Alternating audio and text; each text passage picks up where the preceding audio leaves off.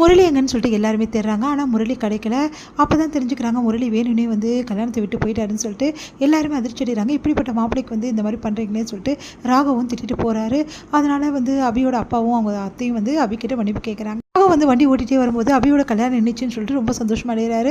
ஏன் நம்ம இப்படி சந்தோஷம் அடைகிறோம், அபி மேலே நம்மளுக்கு என்ன விருப்பம் அப்படின்னு சொல்லிட்டு யோசிச்சுட்டு இருக்காரு. வீட்டில் வந்தோடனே எல்லாருக்கிட்டையுமே வந்து சந்தோஷமாக அபி கல்யாணம் நின்று போச்சுன்னு சொல்கிறாரு.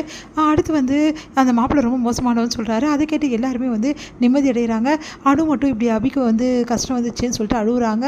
அடுத்து வந்து இங்கே என்ன பண்ணுறாங்கன்னா சுந்தரி வந்து செம டென்ஷனாக இருக்காங்க. இப்படி நடந்துச்சு, கல்யாணம் பண்ணிப்பான்னு ஒழிவான்னு பார்த்தனே அப்படின்னு சொல்லிட்டு செமையாக டென்ஷன் ஆகிடுறாங்க. எங்கள் ரூமில் வந்து ரொம்ப ரொம்ப சந்தோஷப்பட்டிருக்காரு ராகவ். நல்ல காலம், அபியோட கல்யாணம் நின்றுச்சு, எனக்கு இப்போ தான் நிம்மதியாக இருக்குது அப்படின்னோடனே அவரோட மனசாட்சி வந்து நீ அபியை விரும்புகிற, கொஞ்ச நாள் அதையும் நீ புரிஞ்சுப்ப அப்படின்னு சொல்லிட்டு சொல்லுது. அதை கேட்டு அதிர்ச்சி அடைகிறாரு. அடுத்து வந்து இங்கே என்ன பண்ணுறாங்கன்னா அபி ரொம்ப சோகமாக இருக்காங்க. ராகவ் கால் பண்ணி அவங்ககிட்ட பேசுகிறாரு, அவங்களுக்கு ஆறுதல் சொல்கிறாரு. இப்படி பேசினோன்னா அபியும் ஆச்சரியமாயிடுறாங்க. அடுத்து வந்து முரளி வந்து அபி வீட்டுக்கு தேடி வராரு. அவங்க அத்தை என்ன பண்ணுறாங்க, அபியோட அத்தை அவங்க வந்து அடித்து துரத்தி அனுப்பிச்சி விட்டுறாங்க. அதனால் முரளி என்ன பண்ணுறதுன்னு தெரியாமல் தவிக்கிறாரு. இந்த சூழ்நிலையில் அபி வந்து என்ன பண்ணுறாங்க, முரளியும் வந்து அஞ்சலியும் வந்து ஒன்றா இருக்கிறத பார்த்துடுறாங்க. இந்த மாதிரி கோயிலுக்கு வரதும் அவங்க 2 பேரும் ஹஸ்பண்ட் ஒய்ஃப்ன்றதை புரிஞ்சுக்கிறாங்க. அதனால் வந்து செமையாக டென்ஷன் ஆகிறாங்க. முரளியை போட்டு பலார்னு அறையிறாங்க. எவ்வளோ தைரியமாக இந்த வேலையை செய்வே நீ, வந்து 2 பொண்ணுங்க கேட்குது அவனுக்கு, அட பாவி, எங்கள் வீட்டில் வந்து நம்பி வந்து எல்லாரும் உன்னை வந்து நல்லவன் நினச்சாங்களே, இப்போ தானே தெரியுது நீ எவ்வளோ வந்து மோசமானவன் சொல்லிட்டு நான் உனக்காக தான் எல்லாம் பண்ணேன், அஞ்சலி விட்டுட்டு வந்துடுறேன், நம்ம 2 பேரும் கல்யாணம் பண்ணிக்கலாம்னு சொல்கிறச்சே வாயை மூடு, இவ்வளோ கேவலமாக பேச உனக்கு அருவருப்பாக இல்லை, மரியாதையே போயிடு, அஞ்சலி மேடம் பாவம் உன்னை நம்பிட்டு இருக்காங்க, இப்போவே போய் அவங்களுக்கு புரிய வைக்கிறேன் நீ யாருன்னு சொல்லிட்டு அப்படின்னு சொல்லிட்டு போகிறாங்க. ஐயோ இவங்க எல்லா உண்மையும் சொல்லிட்டு அவ்வளோதான், அந்த வீட்டிலேருந்து நம்மளை துரத்திடுவாங்களே, நம்ம என்ன பண்ணுறது அப்படின்னு முரளி என்ன பண்ணுறாரு, பின்னாடியே ஓடுறாரு.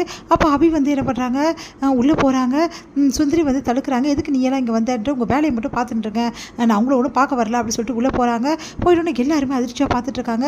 என்ன சொல்ல போகிற அபி அப்படின்னு சொல்லிட்டு, இங்கே பாருங்கள் அஞ்சலி மேடம், உங்கள் புருஷனை பற்றி ஒரு விஷயம் சொல்லணும் உங்ககிட்ட, அதுக்கு தான் வந்துடுறேன். என்னோடய புருஷனை பற்றியா, என் வீட்டுக்காரத்தான் உனக்கு தெரியாது அபி அப்படின்னா, உடனே வந்து இல்லை ரொம்ப முக்கியமான விஷயம் அப்படின்னு சொல்கிறாங்க. அதை கேட்டு வந்து ஒன்றும் புரியாமல் என்ன விஷயம் அப்படின்னு சொல்லிட்டு எழுந்து வராங்க. எழுந்து வரும்போதே வந்து அஞ்சலி அப்படியே மயக்கடிச்சு விழுந்துடுறாங்க. எல்லாருமே அதிர்ச்சி அடைகிறாங்க. என்னாச்சு அஞ்சலிக்குன்னு சொல்லிட்டு அப்படியே வந்து பதறி போகிறாங்க. அபியும் பதறி போகிறாங்க. அங்கே இருக்கிறவங்க எல்லாருமே பதறி போகிறாங்க. பார்த்தா வந்து டாக்டர் கூட்டிட்டு வந்து செக் பண்ண வைக்கிறாங்க. அப்போ வந்து பார்த்துட்டு டாக்டர் வந்து அஞ்சலி கர்ப்பமாக இருக்காங்க அப்படின்னு சொல்கிறாங்க. அதை கேட்டு எல்லாருமே அதிர்ச்சி அடைகிறாங்க, சந்தோஷப்படுறாங்க. இதை கேட்டு ஒன்றும் புரியாமல் அபி இருக்காங்க. உடனே வந்து கண்ணை திறந்த அஞ்சலி வந்து அப்படியே அபி வந்து கூப்பிடுறாங்க. அபி பக்கத்தில் போகிறாங்க. ஒன்னால தான் எனக்கு இப்படி நடந்துச்சு, ஒன்னால தான் எனக்கு இந்த குழந்தை எனக்கு கிடைச்சிது, ரொம்ப தேங்க்ஸ் அபி, நீ வந்து எனக்கு அந்த மருந்து கொடுக்கலன்னா இந்நேரம் எனக்கு குழந்தை இருந்திருக்காது, ஊர் உலகம் எனக்கு எவ்வளோ கேவலமாக பேசினாங்க தெரியுமா, என்னால் சகிச்சிக்க முடியாத வாழ்க்கையை நான் வாழ்ந்துட்டு இருந்தேன், 1000 வந்து எனக்கு வந்து நல்லது நடந்திருந்தாலும், எனக்கு வந்து வீடு வாசல் பணம் எல்லாமே இருந்தாலும் என்னால் வந்து இந்த குறையை வந்து நீக்கவே முடியல, நீ என் குறையை வந்து போக்கிட்ட அபி, ரொம்ப தேங்க்ஸ் அபி அப்படின்னு சொல்லிட்டு அப்படியே கையை பிடிச்சி அழறாங்க. அதை பார்த்துட்டு அபிக்கு ஒன்றுமே புரியல. இந்த நிலைமையில் எப்படி நம்ம உண்மையை சொல்கிறது, பாவம் இவங்க உடஞ்சி போயிடுவாங்க, அப்புறம் வயிற்றில் இருக்க குழந்தை என்ன ஆகுறது, இந்த குடும்பம் என்ன ஆகுறது அப்படின்னு சொல்லிட்டு அபி யோசிக்கிறாங்க. அப்படியே வந்து அந்த உண்மையை வந்து அபி வந்து முழுங்கிடுறாங்க. அடுத்து வந்து என்னாச்சு அபி, சரி நான் என்னோட பிரச்சனையை பற்றி சொல்லிட்டு இருக்கேன், நீ சொல்லு அபி, எதுக்கோ வந்து என்ன விஷயம், அதெல்லாம் ஒன்றும் இல்லை வந்து அஞ்சலி மேடம், அதெல்லாம் அப்புறம் பேசிக்கலாம், முதல்ல நீங்கள் ரொம்ப சந்தோஷமாக இருக்கீங்களே, எனக்கு இது போதும் அப்படின்னு சொல்கிறாங்க. சரி இதுக்கெல்லாம் காரணம் நீ தானே அபி அப்படின்னோடனே எல்லாரும் வந்து புரியாமல் பார்க்குறாங்க. ஆமாம் அபி தான் எனக்கு அந்த மருந்தெல்லாம் எடுத்துகிட்டு வந்து கொடுத்தா, அதெல்லாம் சாப்பிட்டு தான் நான் இப்போ வந்து கருகுண்டாயிருக்கேன், இப்போ நான் கொடுத்த பாதாம் பாலை நீ குடிக்கிறதே இல்லையா அப்படின்னு சொல்லிட்டு கேட்குறாங்க. வந்து சுந்தரி இல்லை சித்தி சாரி, இவ கொடுத்த மருந்து தான் நான் சாப்பிட்டேன், அதனால தான் எனக்கு இப்போ வந்து பாருங்கள் நல்லது நடந்திருக்கு அப்படின்னு சொல்கிறாங்க.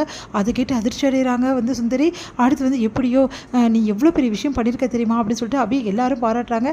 ராகவ் வந்து தேங்க்ஸ் சொல்கிறாரு. பரவாயில்லன்னு சொல்லிட்டு அபி வந்து வீட்டுக்கு கிளம்புறாங்க, எதுவும் உண்மையும் சொல்லாமல். அதனால வந்து நிம்மதி அடைகிறாரு முரளி. இதோட முடியுது.